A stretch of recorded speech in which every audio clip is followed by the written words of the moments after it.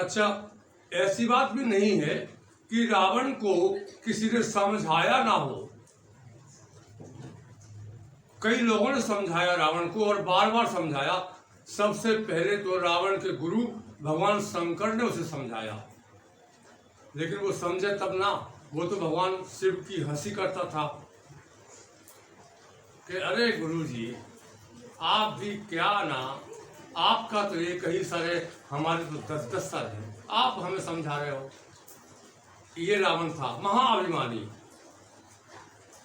माता जानकी को अशोक वाटिका में लगकर रखा तो माता जानकी ने भी उससे कहा, असमन समझे कहती जानकी, खल सुधि नहीं रघुवीर, बाण की सठ सुने हर आने ही मोही, अधम नीरज लाज नहीं कोई।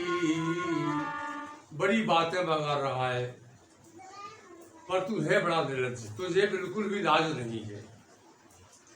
दूसरी बार जब हनुमान जी महाराज माता जानकी का पता लगाने लंका में आए तो हनुमान जी ने भी उसे समझाया, रावण को बहुत समझाया कि देखो, माता जानकी को वापस कर दो, तुम्हारा भला इसी में है। तुम बैर कर किससे रहे हो? जो जगत पिता है, जगदीश्वर है, संसार के मालिक है, परमात्मा है, तुम उनसे बैर कर रहे हो। अरे जरा अपने कुल का विचार करो। देखो तुम निज कुल ही विचारी, अपने कुल का विचार करो कि क्या आपका धर्म है और क्या ये कर्म है तुम्हारा। सोचो, विचार करो। लेकिन रावण भी कैसा? वो रावण ही क्या जो किसी की बात मान जाए? नहीं माना तो हनुमान जी महाराज उसकी लंका को तहस नहस करके चले गए।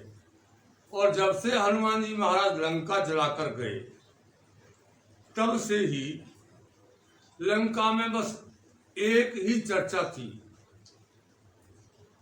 अच्छा, एक बात और भी है, बात थोड़ी विचार करने की है कि जहां कोई विशेष घटना घट जाती है, जहां कोई विशेष घटना घट जाती है तो लोग सारे काम भूलकर उसी घटना पर चिंतन करते हैं, मनन करते हैं। तो लंका में आजकल कुछ नहीं हो रहा है, केवल एक ही बात सोची जा रही है, एक ही विषय पर बात चल रही है, एक ही चर्चा हो रही है कि देखो, जिनका एक दूत इतना बलशाली है कि अनेकों योद्धाओं के सामने लंका को तहस नहस करके चला गया, लंका को जलाकर चला गया और किसी ने उसका कुछ नहीं बिगाड़ पाया। जब जिनका यह दूत था वे स्वयं आएंगे, तब पता नहीं क्या होगा इस नगर का, इस लंका का पता नहीं क्या होगा। और फिर उनके एक नहीं, ऐसे ही पता नहीं कितने दूत होंगे। अब तो इस लंका की गारंटी खत्म है। इस लंका के राजा ने, रावण ने ऐसा कर्म किया है कि अब इस लंका की गारंटी खत्म है। शायद ही कोई इस लंका में बच पाए।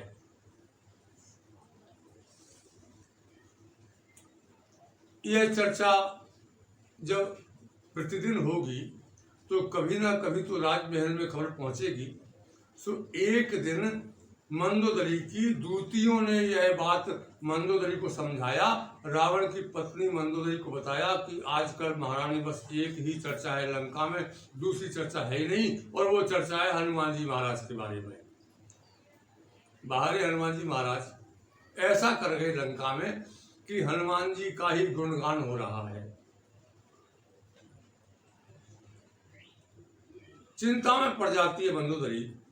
सोचा कि ये वैसे तो रावण किसी की मानता नहीं है, पर एक बार मैं ही समझा कर देख लूं, शायद मेरी बात मान जाए। रावण तो रावण है, नाम ही रावण है उसका, लेकिन एक बार समझाना चाहिए, मेरा भी फर्ज कुछ बनता है। अच्छा, ऐसा भी होता है कि कभी कभी किसी की भी बात ना मानने वाला व्यक्ति पत्नी की बात मान लेता है, पत्नी उसको मना लेती है। सो मंदोदरी ने एक कोशिश की मनाने की, और जब मनाने की कोशिश की मंदोदरी ने, तो हुआ क्या मित्रों, दूतिन सन सुनि पुरजन बानी, मंदोदरी अधिक अकुलानी। रहसी झोरी कर पति पग लागी, बोली बचन नीति रस पागी। मंदोदरी ने रावण के पैर पकड़ लिए, हाथ जोड़े, कैसे भी मान जाए। सो हाथ जोड़कर उसके पैर पकड़कर कहने लगी मंदोदरी कि देखो, आप किससे बैर कर रहे हो? बैर तुमने किया भी तो किससे किया?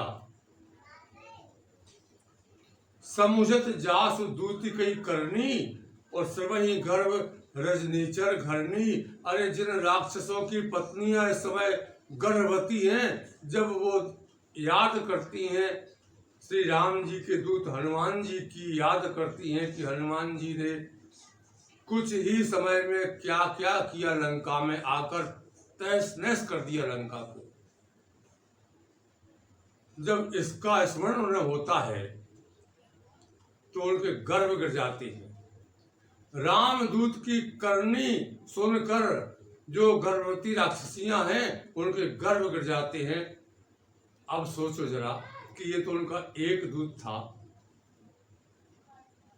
और जब जिनका यह दूत था वो स्वयं आएंगे, तब क्या होगा इस लंका का? थोड़ा विचार करो। इसलिए हमारा निवेदन है, हाथ जोड़कर निवेदन है आपसे कि आप सीता जी को वापस सप्रेम उनके पास लौटा दो। यदि आप न जाना चाहें तो किसी चतुर मंत्री को भेज दो और उनकी सीता उनको वापस कर दो।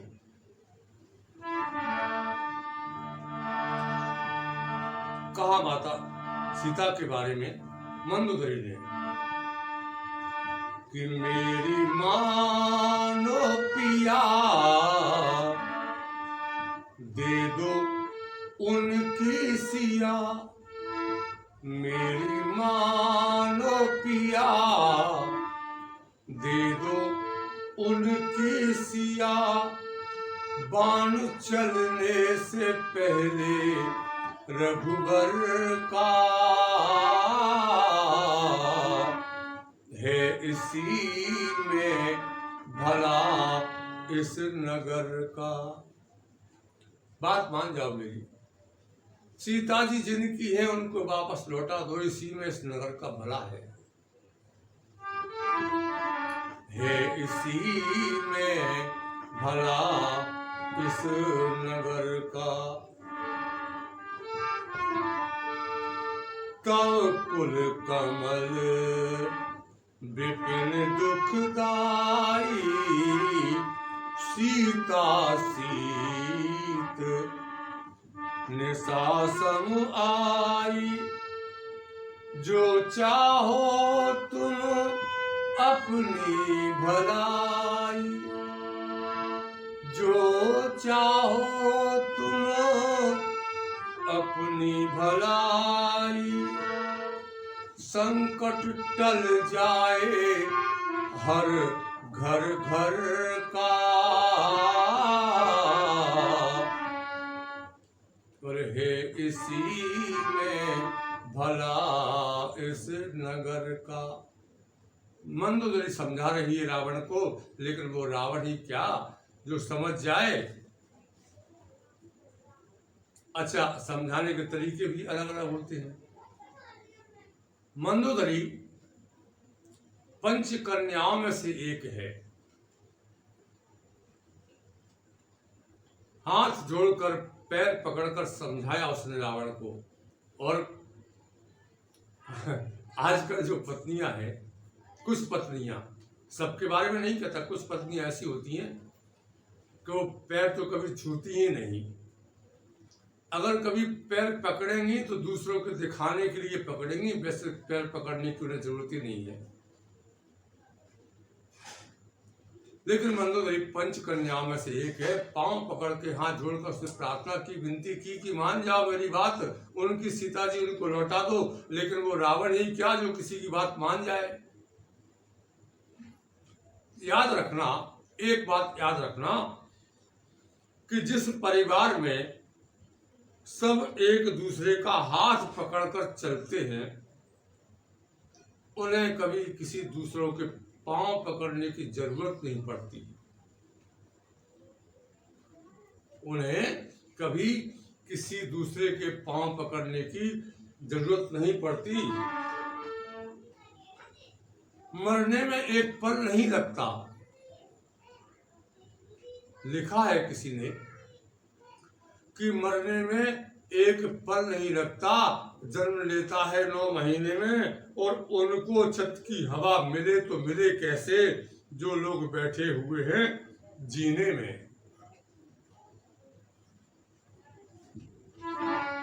खूब समझाया मंदोदरी ने, लेकिन वो समझा नहीं, उल्टा हंस पड़ा। श्रवण सुनी सठ ताकर बानी, बिहसा जगत विदित अभिमानी। संसार जानता था उसे कि ये महाअभिमानी है, किसी की कभी मानता ही नहीं है। सो बोला कि जो आवई मरकट कटिकाई, जियहि विचारे निशिचर खाई। अरे बोले मंदोदरी, तुम चिंता किस बात की करती हो? जब उन बानरों का पूरा समूह यहाँ आएगा तो अपने ये राक्षस हैं, ये उन बानरों को खा खा कर अपना पेट भरेंगे, अपनी भूख शांति करेंगे। ये बेचारे राक्षस हैं, जियहि बेचारे निश्चर खाई। सो मंदोदरी बोली कि मैं समझ गई कि अब तुम्हारी बुद्धि खराब हो चुकी है और तुम पर विधाता रूठ गया है, जो तुम इन निशाचरों को, इन राक्षसों को बेचारे कहते हो। अरे बेचारे तो वो होते हैं जिन जीवों, बेचारे तो वो जीव होते हैं जिन जीवों को मार कर काट कर खाया जाता है, बेचारे तो वो हैं। ये निशाचर बेचारे हैं, ये मांसाहारी कभी बेचारे नहीं हो सकते। ये तो पर जीवों को मार कर उनकी हत्या करके उन्हें खाते हैं, ये कैसे बेचारे होंगे? और दूसरी बात, जब एक बंदर आया तुम्हारे लंका में, जब एक बंदर तुम्हारी लंका में आया, उसको तुम्हारी निशाचर पकड़ नहीं पाए, मार कर खा नहीं पाए। और जब अनेकों बंदर आएंगे तब उनको पकड़ के खाएंगे। ये शर्म करो, कुछ तो शर्म करो।